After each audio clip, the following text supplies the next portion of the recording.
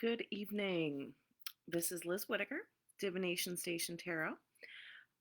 Thank you for joining. This is the third overall edition of Dive into Divination. This one is going to be all about runes. So it is the second of the big five that we're going to be looking at. We did tarot last week, and today we're going to look at runes. As you're joining, please say hi. Let me know you're here. Share the broadcast. I'm going to go ahead and do that a couple times here.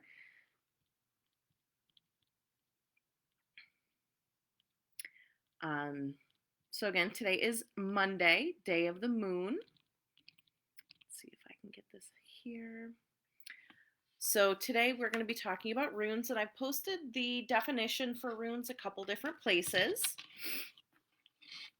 And that is the definition from Google. It is not my definition. It is from there. So that's why I put it in quotes. And there we go. Okay, again, just bear with me for one moment. Erica, hi. Thank you for joining. And yep, I am getting back in the swing of regular lives again. It feels good. I enjoy it. Sometimes it can get a little bit, sometimes it can be a lot, but I definitely enjoy it. So I'm definitely glad to be back. Again, just trying to find a few different places to share this too. So thank you for your patience. Okay, I think we're good for that. Ronci, hi. So pulling up my notes here. So again, talking about runes. So runes are Germanic letters, basically. Okay. I have some right here. I haven't opened yet. So this is from a set. Oh, awesome. So these are what they look like. Runes started off as an actual writing system, most likely based off of the Greek alphabet. It's nice to see you too. Anybody, Cheryl, hi, thank you. And if anybody has any experience with runes, please feel free to pop in. I will try to keep up with comments as we go. The runic alphabet. Now this, as I was doing my research, this kind of blew my mind because I didn't know this. They're called the Futhark. Okay, so Elder Futhark, Anglo-Saxon, and that is because, and I'll explain what this is in a minute. So the Elder Futhark, it's because the beginning of the alphabet, that's what the letters are. Like alphabet, alpha, beta. So that blew my mind. If everybody knew it and I was the last person to know that, that's fine. My mind was blown. So again, these are the runes. This is a rune study sheet that I have that came with a deck that I will show you. So the first six runes here that the runes are named after. They're Fehu, Uraz, Thuraz, Anzus, Rido, and Kunan. Or Kanaz. They have different names depending on the resource that you're looking at. So if I interchange them, it's only because, again, I don't work with them regularly. So I don't have the one that I prefer. So I do apologize. Again, this is an intro, and I'm looking to get deeper into runes as well. They were traditionally carved into stone, wood, bone, anything like that.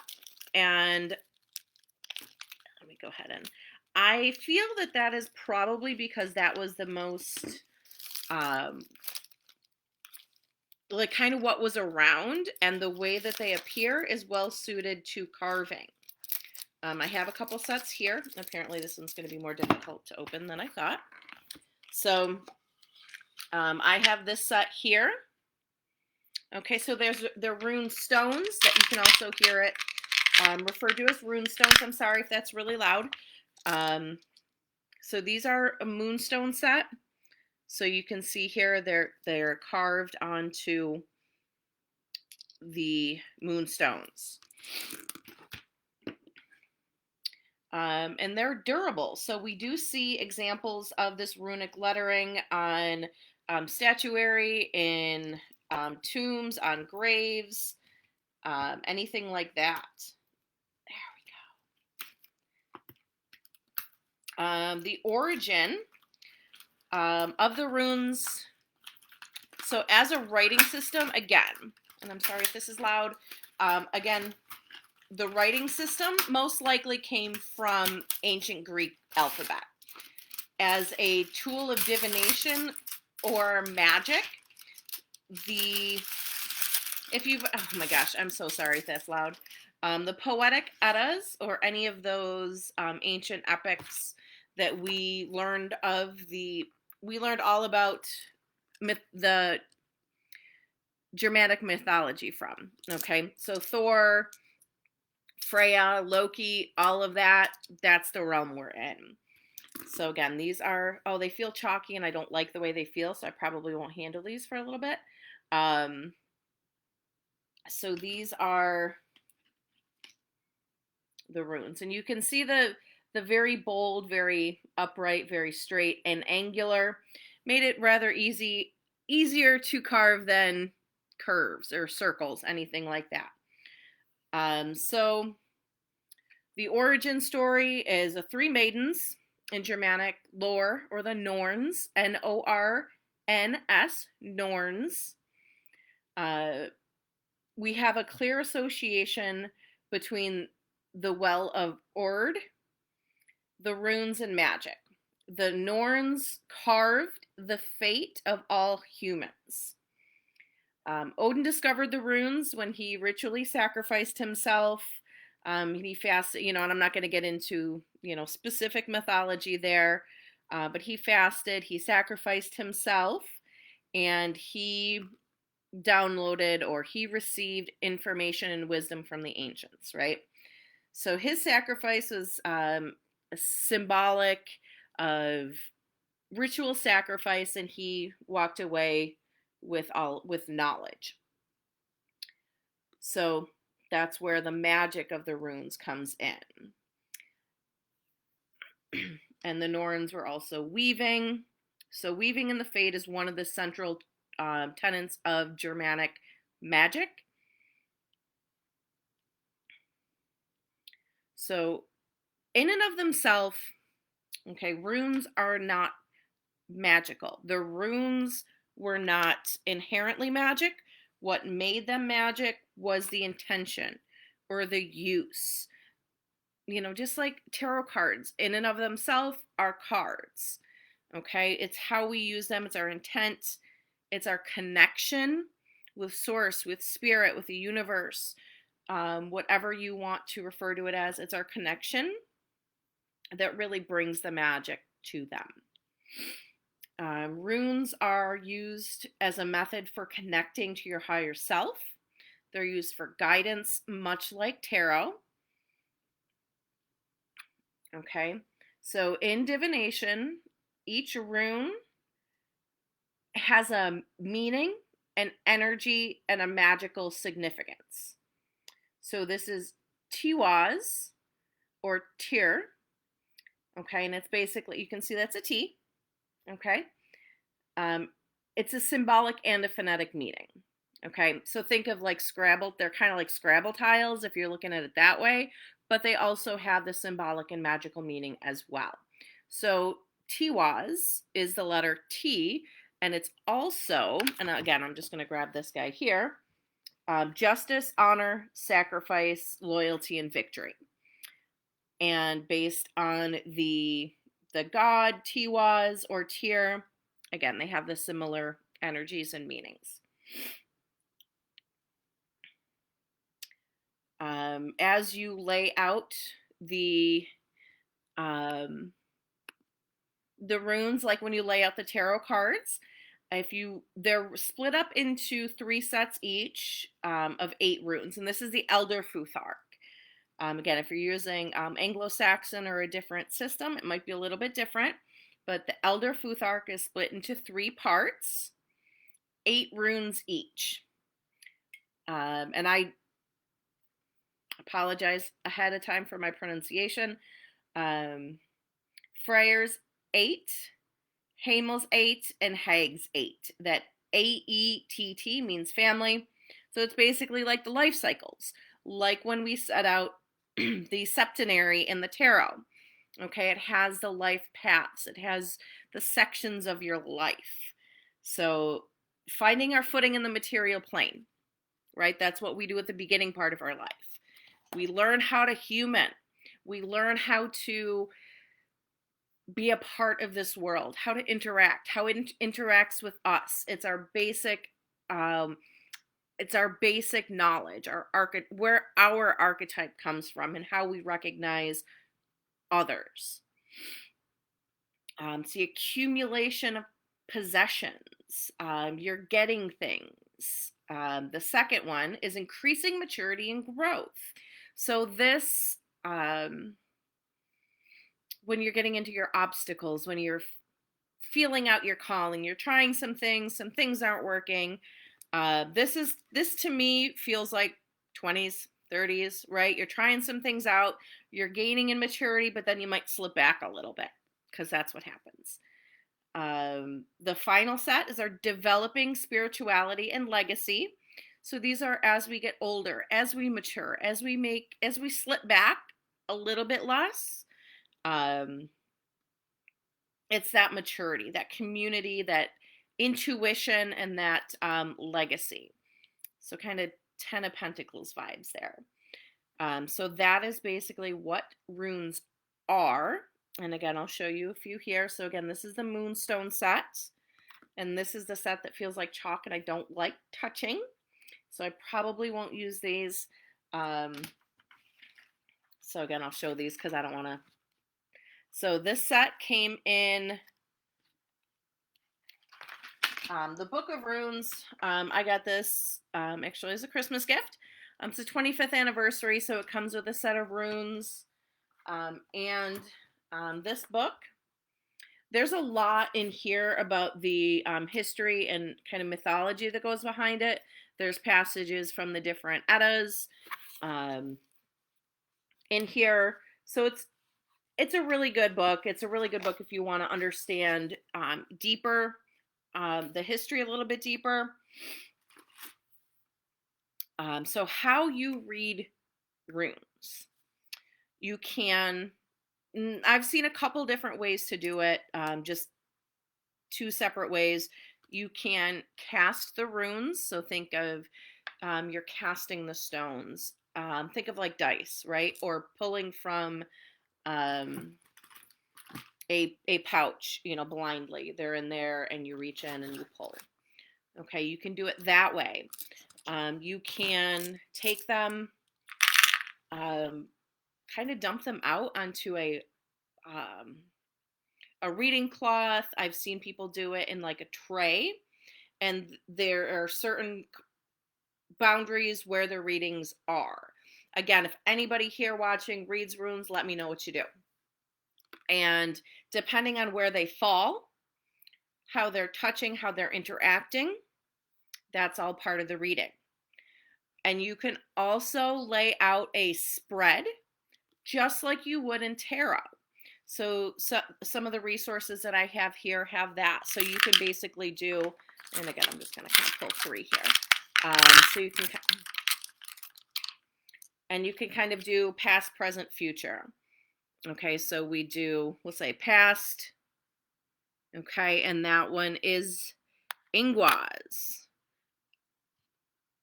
Present, again, we have Tiwaz. Maybe that's my rune. Maybe that's my message. Okay, and then we have this guy, Laguz. So Laguz is flow, water, memory, intuition. It's a flow of water. So just a real quick Ingwas is creation and wholeness. So think of like manifestation energy, power and victory, and then going with the flow. So if I was doing this as a reading, it feels like there's a lot of like buildup of energy, and then instead of trying to control it, go with the flow. So again, you can read runes just kind of casting them and seeing how they land on your casting surface. You can pull them like tarot cards. And one person that I know, one of my friends that reads runes, she does them she'll do them like a few times a year. For her, the runes hold very kind of like major arcana energy. Okay, the runes for her, hi Rada, really lay out big things, and she'll do tarot for the daily stuff.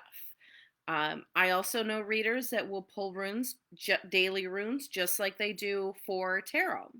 So again, it's really how you interact in your relationship with the medium, with the divination system you're using.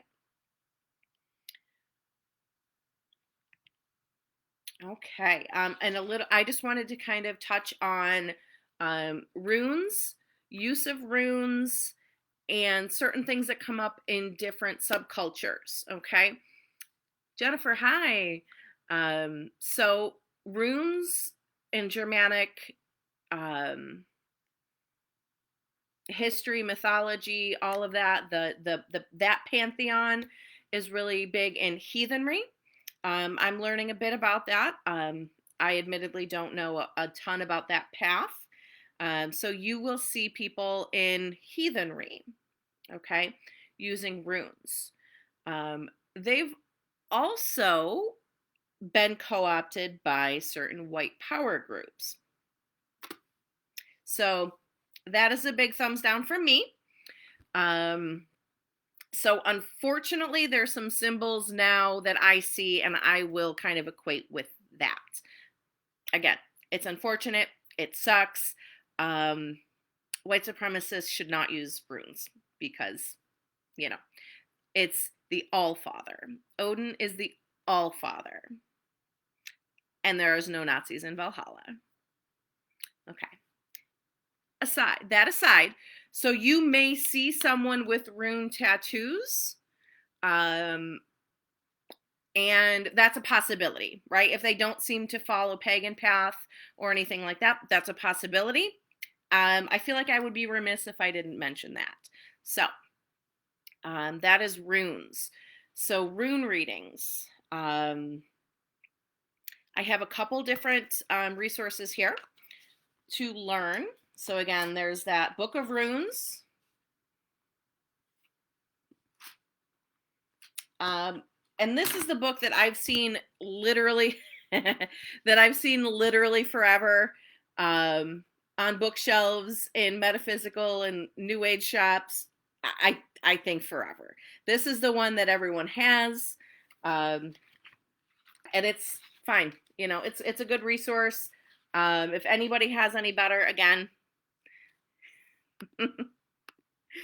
Hello, Rebecca. Hello, Melissa. Thank you so much for joining. Leanna, intriguing. Yeah, definitely do some research on it. I'm going to get into runes a little bit more. So, as you're watching, like anybody that shares here, I'm going to go ahead and pull a rune for you instead of my usual tarot. So yeah, this one, it's got the rune, says what it is, and it gives you that interpretation. There's keywords like in tarot, but there's also a little bit more to it. Okay, there's a little bit more meat to all of them. I also have a deck that's called the Witch's Familiar Runic Oracle.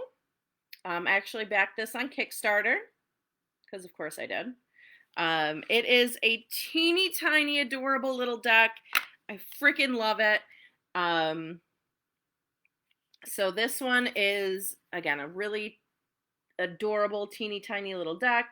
So here we have the rune of Algiz right up top. Okay, and then this is what this is from. Okay, so Algiz, we'll find it here. It's defense, it's courage, protection, independence, and higher self. Okay, so this set has those keywords. If you have a book or anything like that, it goes a little bit more in depth into it. Oh, there's that one. I love that one. So that's Ehwaz.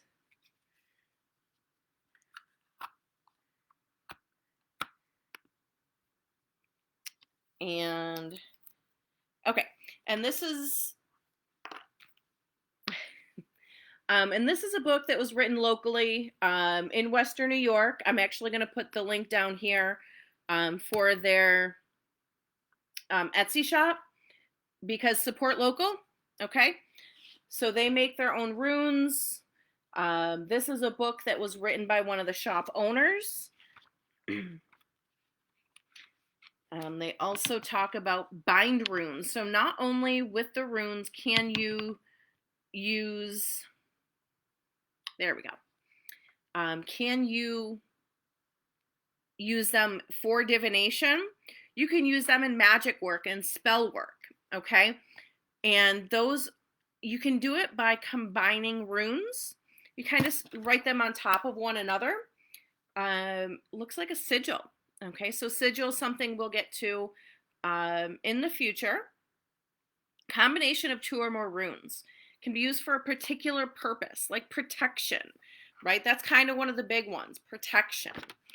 So this book has a nice section on bind runes, what they are.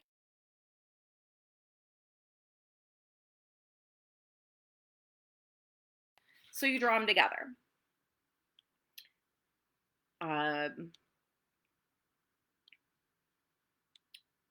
Okay, like there's that. And you can use those for spell work. Okay, you can write them, you can draw them on things, carve them in things. And I think the site also has hand carved runes as well. Runes, bind runes, and Halal Runa. Okay, and that is from Algiz Mainon. So that, I suggest checking that out. Again, local to Western New York. Friends of mine, good people, and support local. I think that's about all I have. That's intro to runes, kind of what they are, how they're used. They're used for divination. Similar to tarot, they tend to be very big energies. If you do pick up a set, let me know how they work for you. Any questions, anything like that, always pop over to the Divination Station group, post some pictures, post your experiences, and let's all dive into this together. Okay, so one of the reasons that I did call this Dive into Divination is there's so many forms of divination, right? I have some that I'm very familiar with. I can talk about tarot for 2 hours right off the cuff, but there's some that I'm not familiar with, and I'm right along with you in learning those methods, okay? So please pop over the group. Let's learn together. If you have any questions, let me know. As always, like my page if you have not already, Divination Station. Rising Goddess is the shop that I work out of in Buffalo, New York. If you're in the area, definitely check it out. If you're not, check out our live sales. Some really great stuff, really great local artisans that we feature every month. And those are on a kind of rotating basis. Every month on the live sale, you're going to find brand new, unique, one-of-a-kind handmade items. Okay.